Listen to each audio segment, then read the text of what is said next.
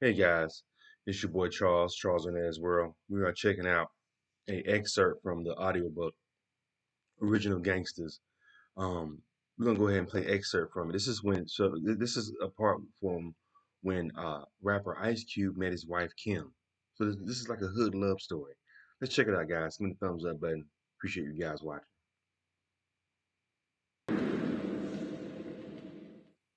Thrill Seeker.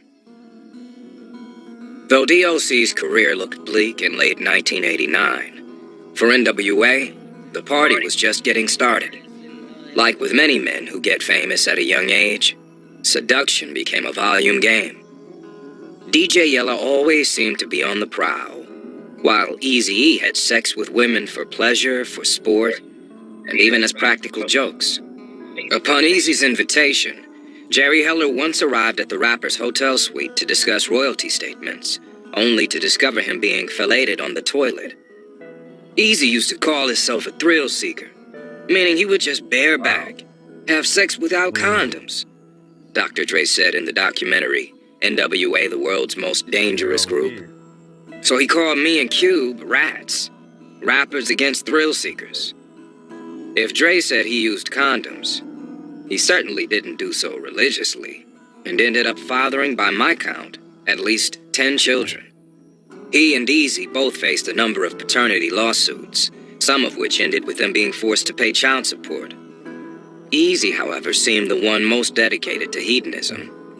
As the label owner, he was also the best paid, and he treated himself to luxuries like an early, comically oversized cell phone. Wow. Eazy also bought a house in Norwalk. Mm, In the shadow of the noisy 605 freeway, all the better for, say, a quick escape from the cops. It's a modest, tan, three-bedroom structure in a middle-class area, but not too far from the hood. After word got around that he lived there, neighborhood kids would amass at the front door, remembered Ruthless Records rapper Stefan, and Eazy would happily sign wow. autographs. He bought another house out in the valley in Westlake Village. The backyard had a waterfall, and got one for Dre just around the corner. Ice Cube was running at a different speed. He said he practiced safe sex and had a single paternity case from 1991, which is sealed, meaning it is unclear if the child was found to be Yeah, his. probably. In contrast to Eazy and Dre, who were arrested often on allegations ranging from reckless driving to assault, Cube has a clean adult criminal record. While the other guys were sowing their wild oats, he was meeting the woman of his dreams.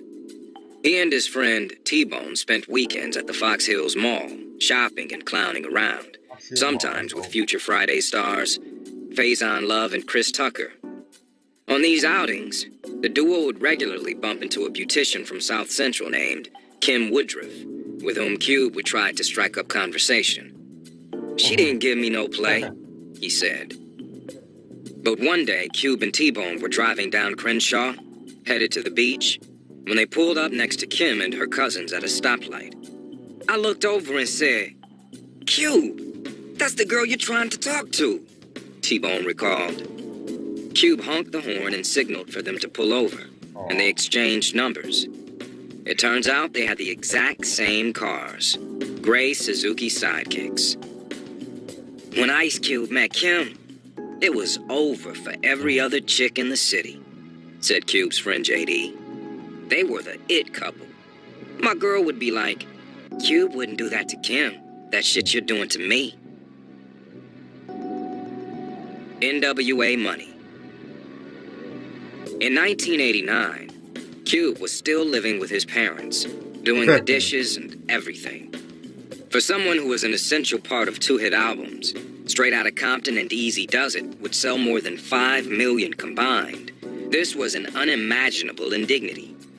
By the middle of that year, he'd reportedly received $32,700 in album royalties, and a bit less than that amount for the tour. I think that he got what someone at his stage of his career would have gotten, Heller insisted. But Cube felt otherwise. Jerry Heller lives in a $500,000 house in Westlake, and I'm still living at home with my mother. Jerry's driving a Corvette and Mercedes-Benz, and I've got a Suzuki Sidekick, he groused to Spin. Jerry has no creative input into the group. He just makes all the fucked up decisions and gets all the fucking money, he continued. One of those fucked up decisions? Not letting NWA appear on an episode of Jesse Jackson's show, Voices of America, about controversial music, because apparently they wouldn't be paid. We should have been on that show, getting nationwide exposure and getting people on our side, Cube went on. When you turn down something like that, you've got to think that the man doesn't want it for the group. He's just in it for the short term so that he can make as much money as quickly as possible. Cube felt particularly miffed about the spoils from Easy Does It. Sure, it had Easy's name on the front, but Ice Cube considered it basically an NWA album, since they all had contributed. Easy's royalty statement came in, so I just know that this money is about to be broke up 5 ways and everybody's going to get paid, he said. And dude was like, nah, this is Eazy-E money. We getting NWA money.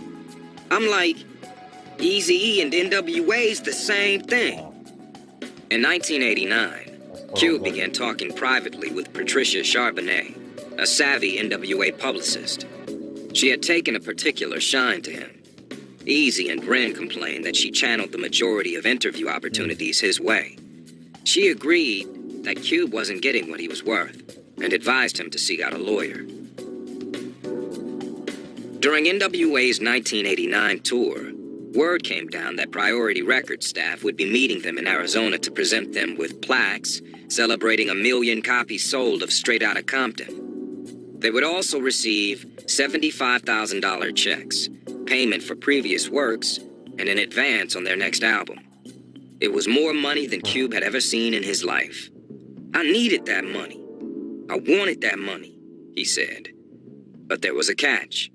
Jerry Heller said they'd have to sign a contract, considering they'd previously functioned on only a handshake-style agreement. Cube was dubious. Wasn't he entitled to money for work he'd already done no matter what? At the very least, shouldn't he show the contract to his lawyer? Jerry told me that lawyers were made to cause trouble, he said. Cube and his lawyer did attempt to negotiate with Ruthless, to no avail. In the end, Cube didn't sign the contract and lobbied the other members to abstain as well. But the allure of cash for the 20-something rappers was too strong. Afterward, there was tension. Everybody was like, why didn't he sign it? Said Ren. As the label owner, Eazy ultimately controlled Cube's payday. But when it came to business, Cube believed Heller pulled the strings, and that he was simply another in a long line of corrupt white record company men. We tried to settle this dispute diligently, said Cube's lawyer Michael Ashburn in early 1990. We bent over backwards to try and make a financial agreement that was acceptable to both sides. I was surprised how indifferent they were when it came to settling. They gave us a statement showing that Ice Cube had been advanced $32,700. He's owed at least another $120,000, plus his publishing royalties, which he hasn't received a cent on so far. Ice Cube wanted to continue with NWA, but he just wasn't getting paid.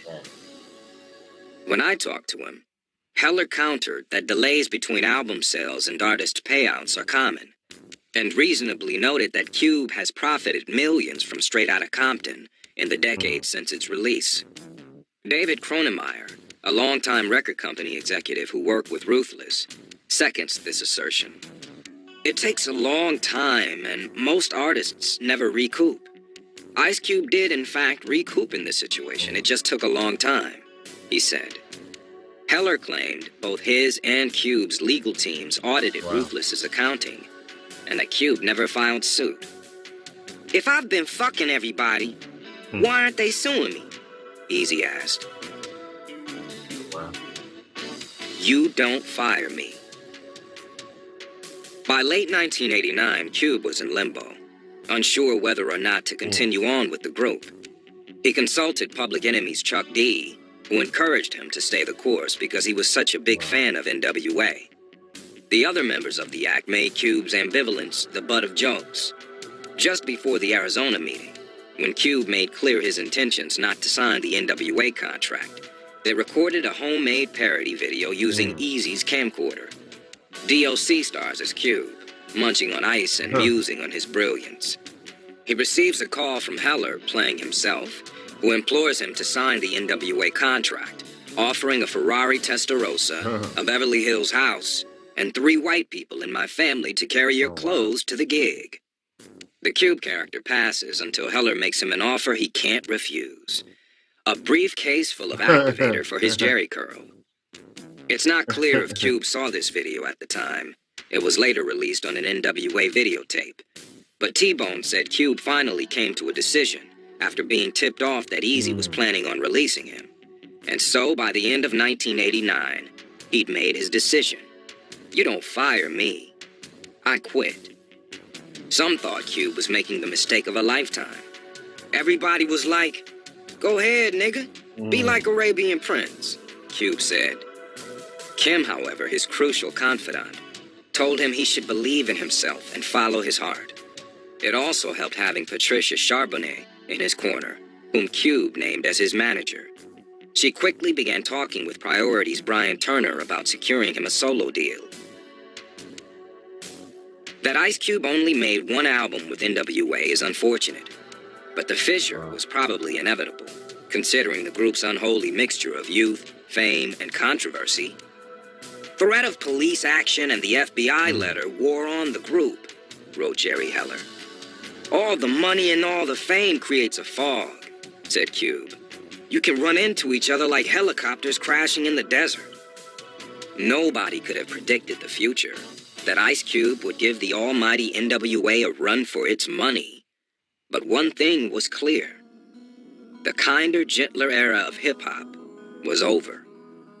By 1988, Roger Clayton had stopped throwing his giant electro soirees with his mobile DJ crew Uncle Jam's Army.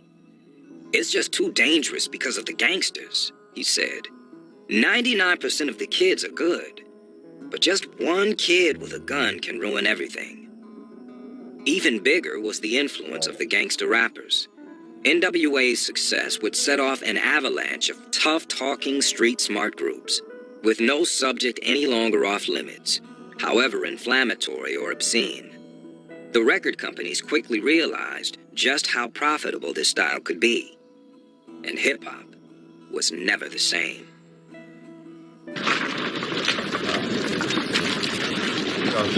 That's pretty good. I actually enjoyed it.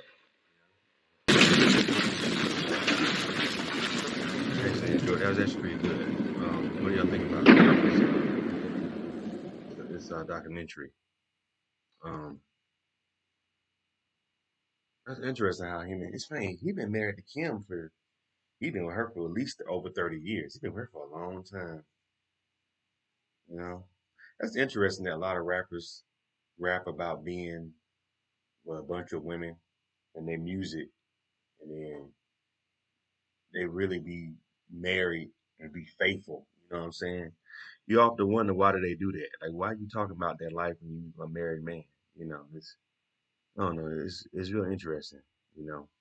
Anyway, so what do y'all think about this documentary, man? Leave your comments, subscribe to the channel. Appreciate you guys watching.